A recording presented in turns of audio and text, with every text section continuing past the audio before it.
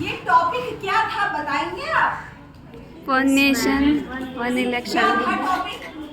पूरे मैं बाहर से आ रही थी तो कुछ बच्चे बात कर रहे थे, अंदर क्या चल रहा है? कुछ चुनाव चल रहा है। तो कुछ बच्चे सो रहे थे, कुछ आप हो सकता है कि माइक ना होने की वजह से बच्चों की आवाज आप ना पहुंची। एक राष्ट्र एक चुनाव। चुनाव जो लोकतंत्र का आधार है, लोकतंत्र की प्राण है, लोकतंत्र को जीवंत करता है।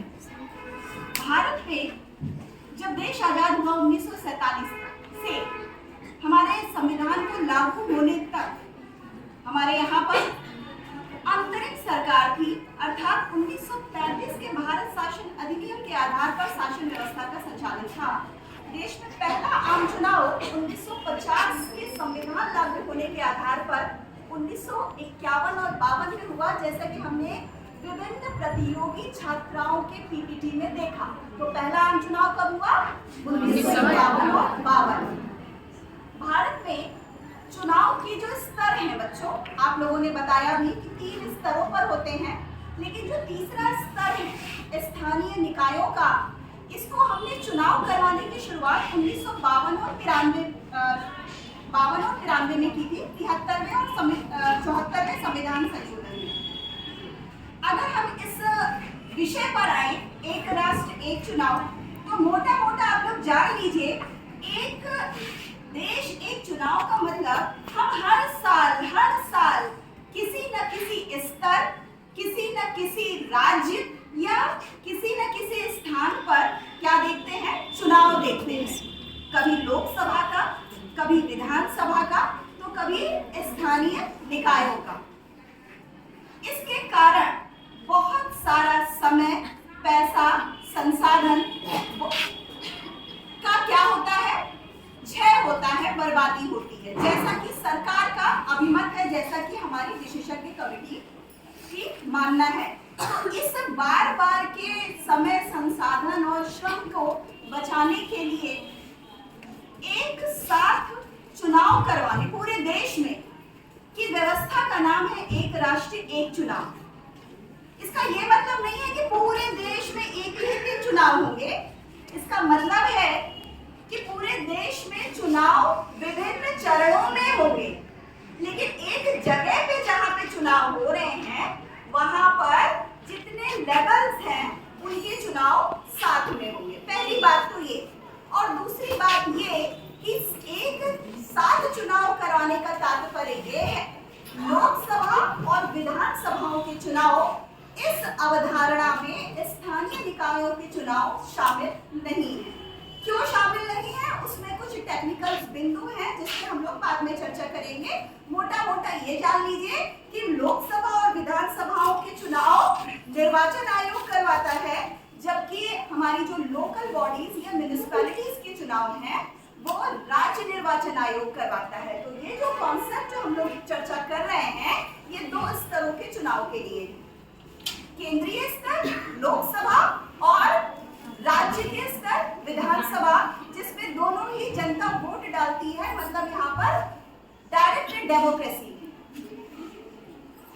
तो क्या ये नई बात है, नई अवधारणा है कि एक साथ चुनाव होंगे एक जगह पर एक साथ? मतलब अगर हरदोई में चुनाव है तो ये व्यवस्था हो जाए कि आप मतदाता के रूप में वोट डालने जाएं और एक जगह पर अलग अलग कमरे बने हों, जिसमें आप पहले लोकसभा के वोट डालें और अब दूसरे कमरे में जाएं और वहां पर आप विधानसभा के वोट डालें। पहली तो ये व्यवस्था, या हम ये भी कर सकते हैं एक ही कमरे में लोकसभा के भी जिसमें आपको वोट डालना है और दूसरा ईवीएम किसका हो?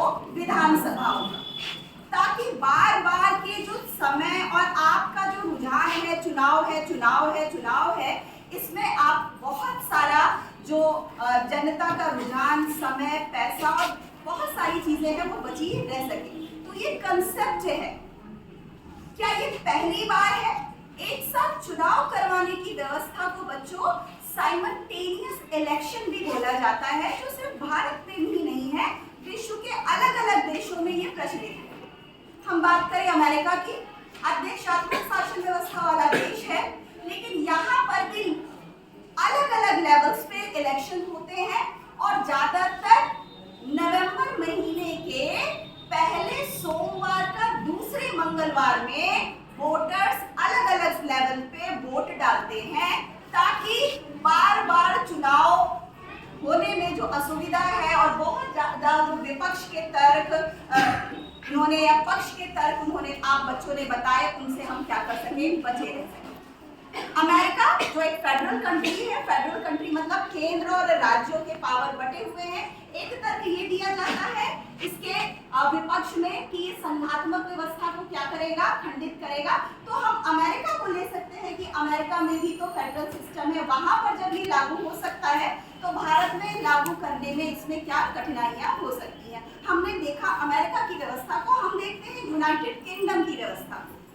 यूनाइटेड किंगडम में भी इलेक्शंस, हालांकि वो एकीकृत मतलब यूनिटरी सिस्टम वाला देश है, वहां पर भी मई महीने में हम एक निश्चित तिथि को अलग अलग लेवल्स पे वोटर्स वोट डालते हैं। विश्व के अगर हम बात यूएसए की करें, हम बात यूके की करें, हम बात स्विट्जरलैंड की करें, हम बात जर्मनी की करें, हम बात फ्रांस की करें, हम अपने पड़ोसी देश इंडोनेशिया की करें, हम अपने पड़ोसी देश नेपाल की करें, यहाँ सभी जगह कुछ देश आकार जनसंख्या आकृति में बहुत बड़े हैं और कुछ देश बहुत छोटे हैं। जब वहां पे ये व्यवस्था लागू हो सकती है तो हमारे देश में नहीं। तो इतना कुल जब आप पूछिए एक राष्ट्र एक चुनाव बहुत अच्छा है, बहुत अच्छा है, ये तो रहे एक पक्ष।